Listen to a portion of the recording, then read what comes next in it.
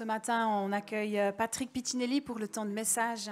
Donc Patrick est artiste peintre et aussi enseignant au gymnase. Et ce matin, c'est lui qui va nous amener le temps de message.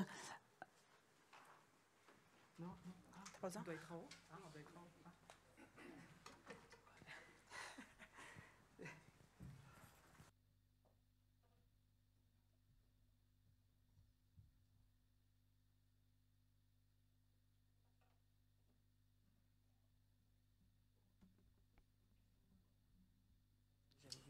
Voilà, donc Patrick Piccinelli qui fait aussi partie de cette église et qui a vraiment une onction prophétique sur sa vie qu'on reconnaît dans l'église et dont on est bénéficiaire vraiment de ces dons-là. Et vraiment, c'est un plaisir de t'avoir parmi nous, Patrick.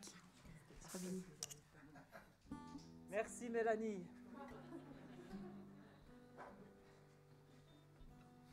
Alléluia, je vais faire ce que j'aime faire, c'est prophétiser maintenant. J'ai 10 minutes pour prophétiser, 30 minutes pour prêcher. Yes. Ah oui, mon micro, pardon. Le type qui est rigolo sans le vouloir.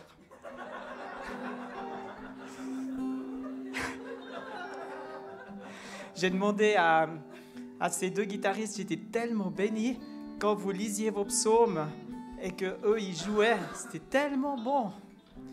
Alléluia, je vais faire une première, je vais prophétiser pour quelqu'un que je connais. Enfin, oui, non, souvent je prophétise pour les gens que je ne connais pas, mais ils sont là. Là, tu es ailleurs. Tu regardes cette célébration. Ah ouais, puis j'oublie toujours aussi d'enlever mes... Tu regardes cette célébration, ou tu la regarderas plus tard, je ne sais pas, mais tu es un jeune homme. Et le Seigneur te parle aujourd'hui, tu as entre 18 et 20 ans. Et ça me réjouit parce que le Seigneur te dit, tu as un but avec le Seigneur. Et tu es vraiment entier à te donner pour ce but. Et le Seigneur te dit, j'ai pour toi une voie royale, ne prends pas de raccourcis. Il y aura des gens, il y aura l'ennemi qui te dira « Passe par là, c'est plus facile, passe par là, c'est plus vite, passe par là, ça coûtera moins cher. » Mais moi, je te dis aujourd'hui, et tu te reconnaîtras, parce que le Seigneur te parle précisément. Je te dis aujourd'hui, prends la voie royale. Ce sera peut-être plus long, ce sera peut-être plus cher, mais moi je serai avec toi du début à la fin. Et c'est moi qui t'ai donné ce but. Et ce but, je l'approuve, sache que je l'approuve dans ta vie. Alléluia. Et j'aimerais prophétiser.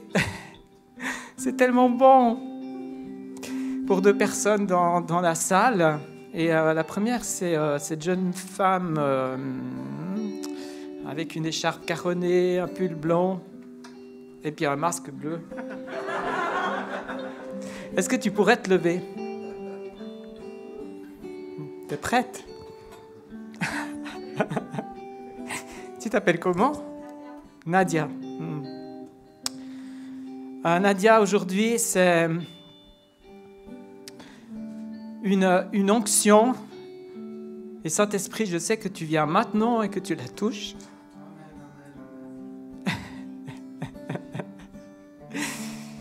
Et c'est une onction que Dieu a préparée pour toi ce matin. Elle vient sur toi.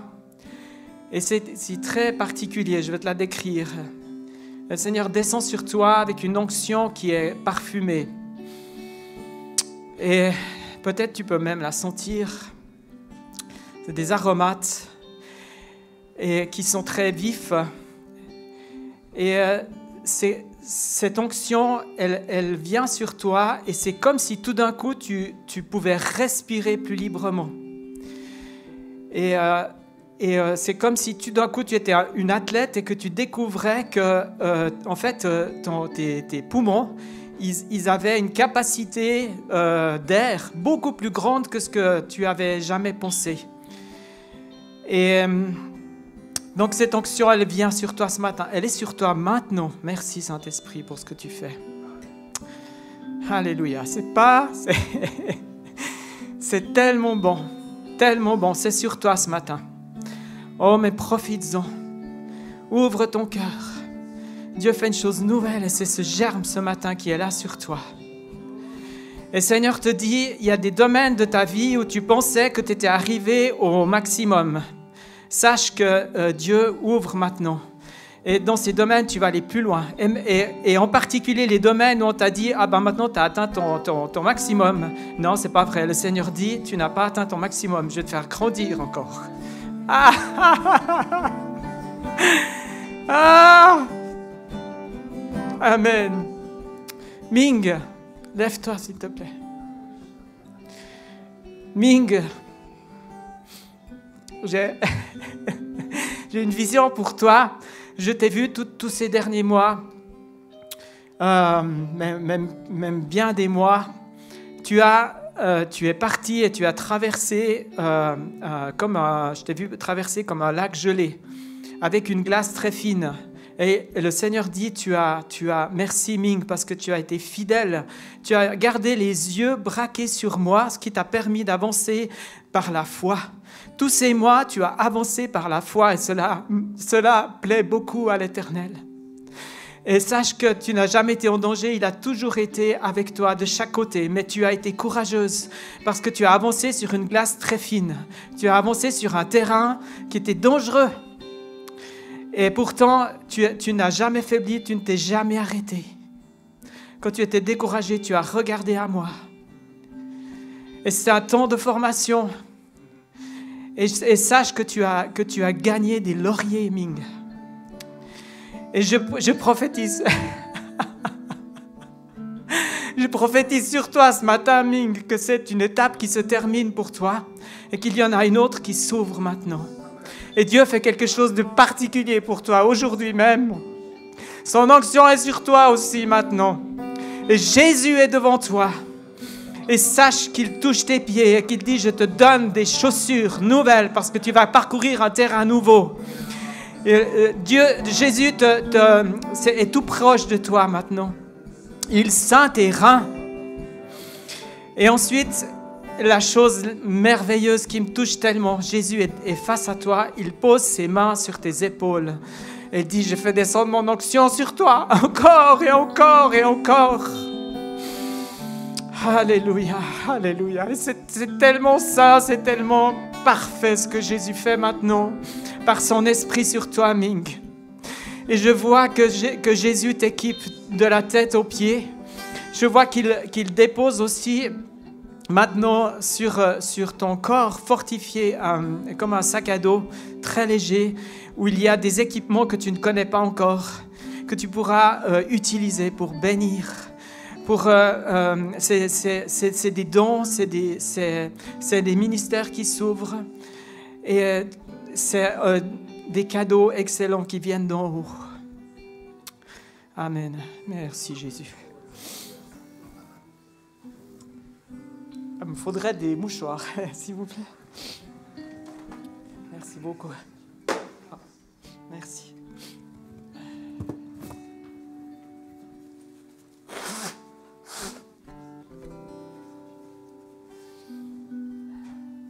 Ok, amen. Amen. Ah ouais, c'est que...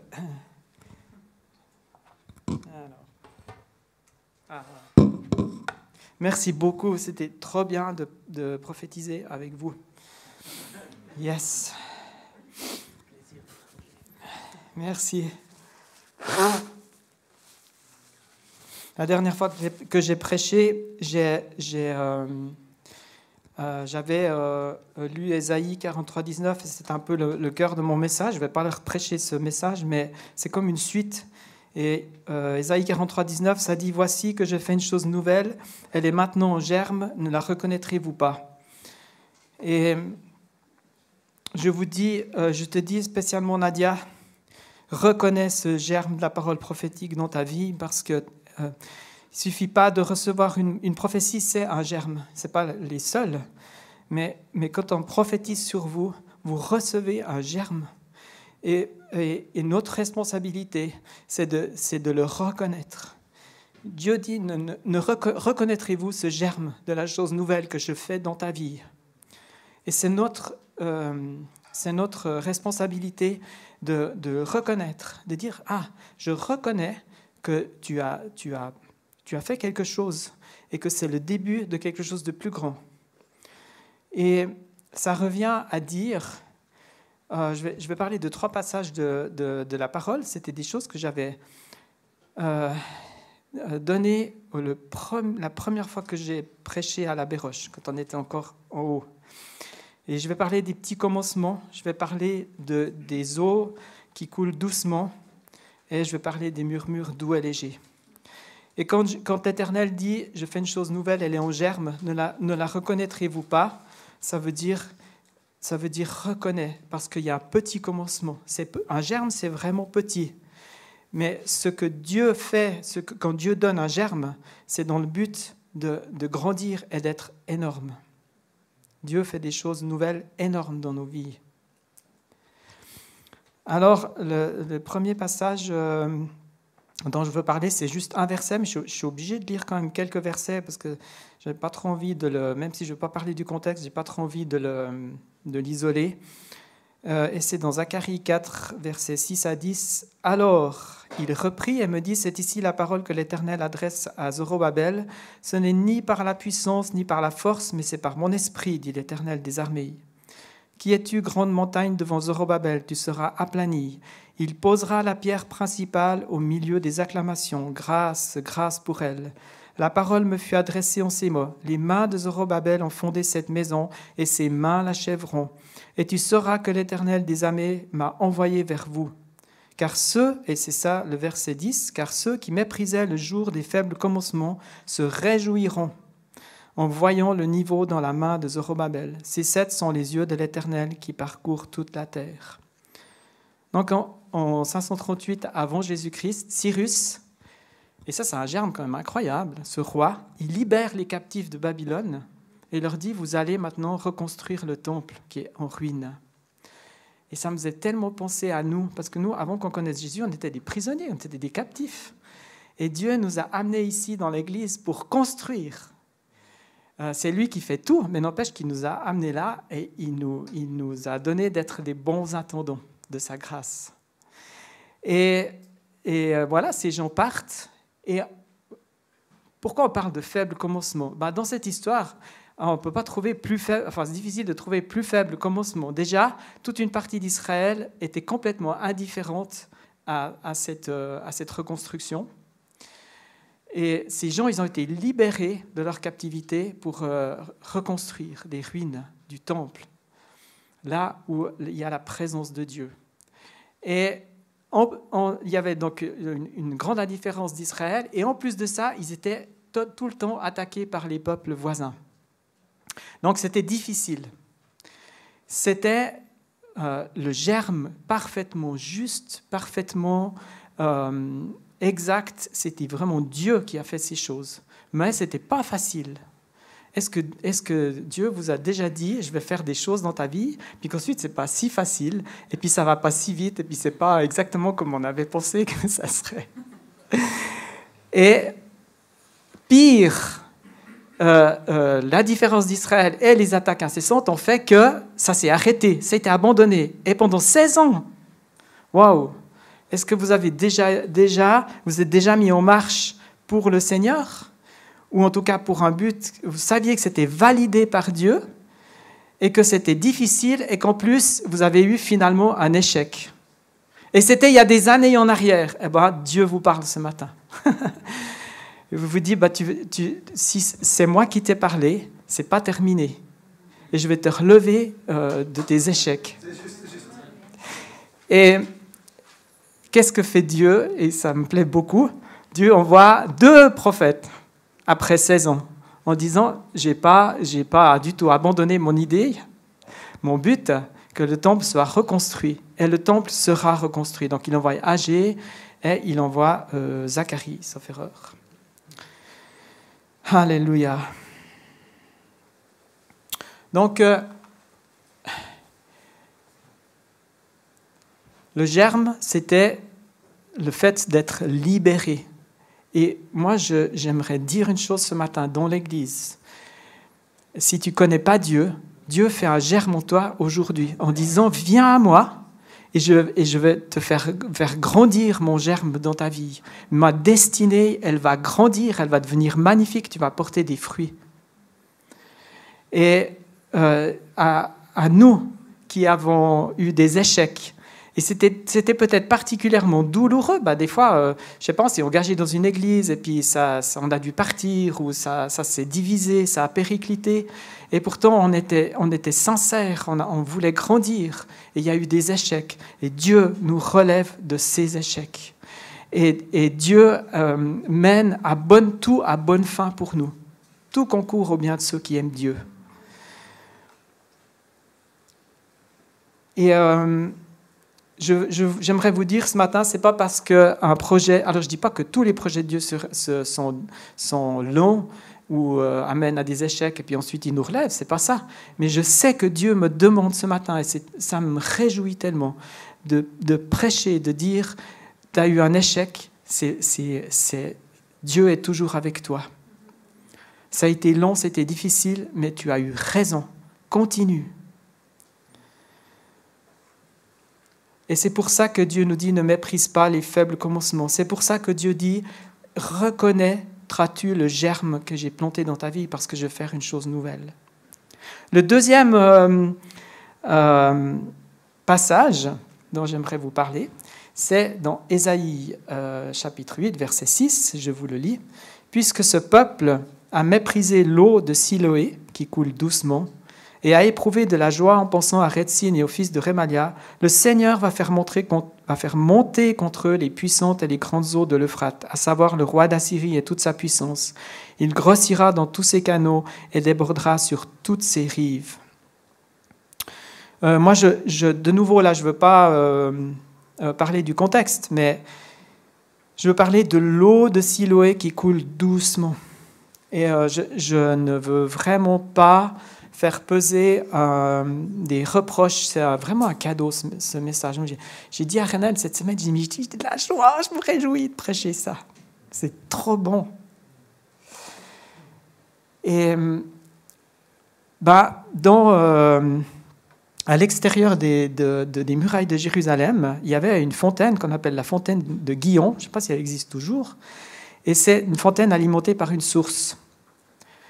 Et Ézéchias, il a fait bâtir un aqueduc souterrain qui amène l'eau de la source de manière souterraine, invisible, depuis la source jusqu'à l'intérieur de la ville. Et si des ennemis arrivaient, ils étaient arrêtés par la muraille, ils pouvaient assiéger Jérusalem et détruire même la fontaine, mais l'eau, en fait, elle continuait à arriver, et c'est ce qu'on appelle le réservoir de Siloé. Alors, il semble que l'eau, elle coulait doucement, mais c'est une source qui ne tarit pas.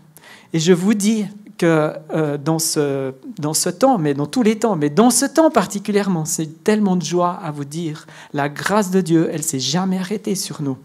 Toute cette dernière année, la grâce de Dieu, elle a coulé. Et l'ennemi, il croit qu'il nous a coupé de la grâce de Dieu. Mais non, il croit qu'il a cassé toutes les fontaines, qu'il a cassé toutes les... Non, c'est une source qui ne tarit pas, on ne la voit pas, elle coule, et peut-être qu'elle coule doucement, mais elle est là. Et donc, ce matin, Seigneur dit, mais ouais, je me réjouis de faire couler ma grâce sur vous chaque jour. Et plus fort que ça, si on regarde cette source, elle est située toute proche, donc vraiment à côté de deux vallées. Alors la première, c'est la vallée du Cédron. Et dans la vallée du Cédron, il y a un cours d'eau qui s'appelle le Kadar. Et c'est un cours d'eau qui était souvent desséché. Et Kadar, ça signifie en hébreu noir, triste. En plus, c'est un endroit qui a servi quelquefois de fosse commune. Donc l'eau de la grâce, elle coule tout près de la vallée du Cédron, ou le Kadar qui est souvent desséché, qui signifie noir, triste. Et vous ne trouvez pas que c'est juste énorme? Dieu est grand. il y a une deuxième vallée, vous verrez que ce n'est pas mieux que la première, qui s'appelle la vallée de Hinnom. Et Hinnom, ça veut dire gémissement. Et dans cette vallée, en fait, on jetait tous les déchets de la ville et on les brûlait. Et c'était considéré comme un lieu impur. Donc, cette source qui alimente le réservoir de Siloé, elle est juste là. Elle coule, elle ne tarit pas. C'est une eau fraîche que Dieu réserve pour son peuple, malgré tous les assauts de l'ennemi. Et je dis aujourd'hui, je vous dis à vous, à ceux qui m'écoutez plus loin, même si vous êtes dans la dépression, même si vous avez l'impression que votre vie, et peut-être votre vie, elle est noire, elle est triste, peut-être même vous gémissez, vous êtes dans le deuil, peut-être même vous êtes dans l'impureté. Il faut demander pardon si on est dans l'impureté, mais n'empêche, même si tu es dans l'impureté, je te le dis, la grâce de Dieu, elle coule sur toi, elle coule à côté de toi. Alors tu ne peux pas rester dans cet état-là, mais Dieu te dit aujourd'hui, je n'ai jamais cessé de faire couler ma grâce pour toi. Je n'ai jamais cessé de faire couler ma grâce pour vous, mon peuple. Et je vais la faire couler encore. Et des personnes viendront s'ajouter à mon peuple. Et je leur ferai goûter l'eau de ma grâce, qui les feront sortir de ces vallées. Et Dieu dit aussi, j'ai en réserve cette eau de la grâce qui ne s'arrête jamais pour la guérison.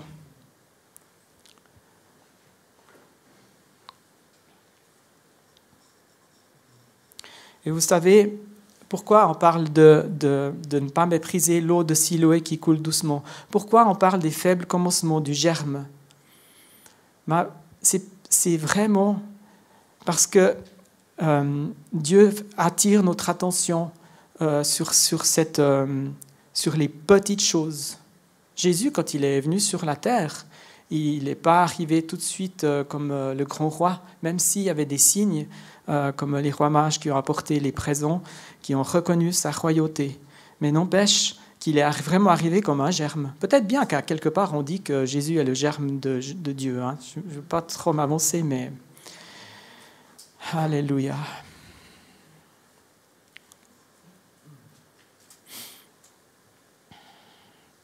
Et moi, j'aimerais même vous dire plus ce matin, c'est que si vous qui m'entendez,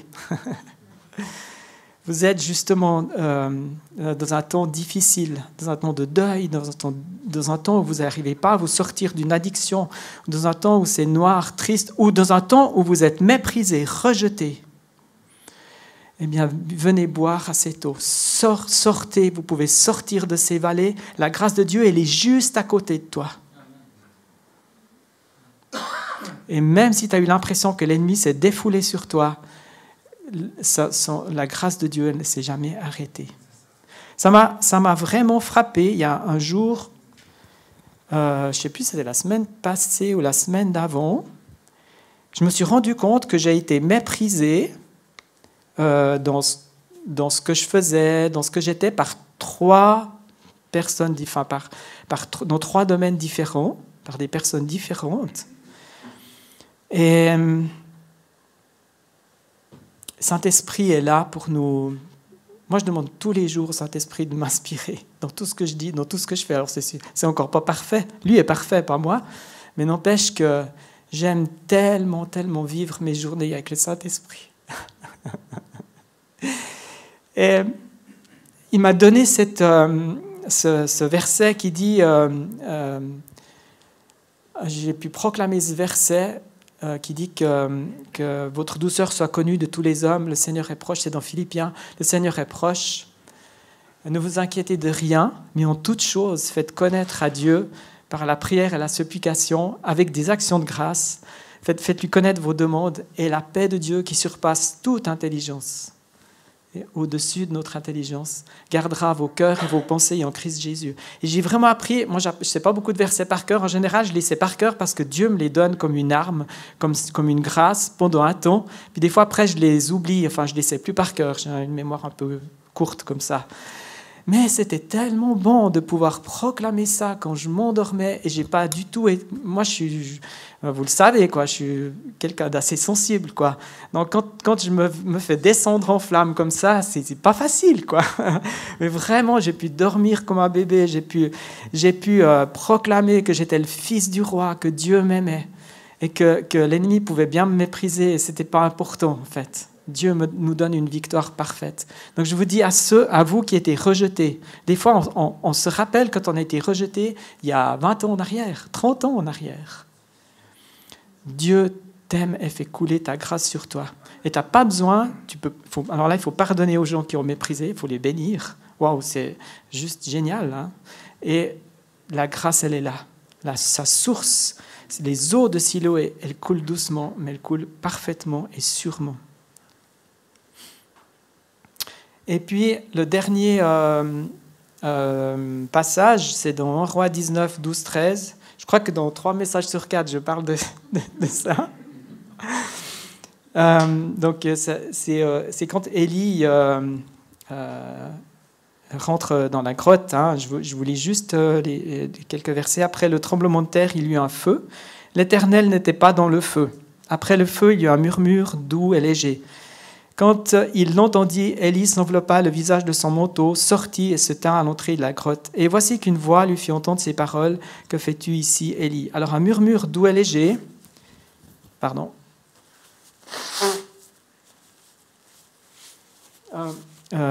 paraît-il, on peut le traduire aussi par le son subtil d'un silence. Et moi, je suis à chaque fois tellement touché de voir Élie. Je suis défié quand je vois Élie, qui était un homme qui connaissait à la fois la douceur et la puissance de Dieu, puisqu'il venait de vivre, il a vu le feu de Dieu qu'il a demandé descendre sur l'autel qu'il avait préparé en face des prophètes de Baal. Donc on peut dire qu'il a vécu des temps de ministère puissants, Élie. Mais Élie ne confond pas. En fait, Élie, il sait que Dieu, il ne se manifeste pas seulement de manière spectaculaire, mais Dieu se manifeste aussi de manière spectaculaire et on va le vivre. Mais c'est un homme qui avait cette intimité avec Dieu, qui savait entendre le murmure doux et léger. Et c'est comme un petit commencement, c'est un germe, c'est une eau qui coule doucement. Et c'était quoi le secret d'Élie? C'était un homme qui savait reconnaître la voix de Dieu parce qu'il l'écoutait souvent, parce qu'il priait, parce qu'il passait du temps avec le Seigneur. Enfin, voilà, il n'y a pas de... C'est ça, exactement ça. Et c'est pour ça qu'on est défié quand on lit ce passage. Et j'aime vraiment Élie, il est comme cet homme dont nous parle le psaume. Hein, soyez comme un homme qui est comme un arbre enraciné près d'un cours d'eau. Élie, c'est quelqu'un qui savait boire aux eaux qui coulent doucement. C'est quelqu'un qui ne méprisait pas les faibles commencements, j'en suis sûr. Et c'est quelqu'un qui savait reconnaître le germe. D'ailleurs, quand la pluie est revenue, il disait « Regarde s'il n'y a pas un petit nuage !» C'était le germe de ce que Dieu allait faire après la sécheresse. Ouais.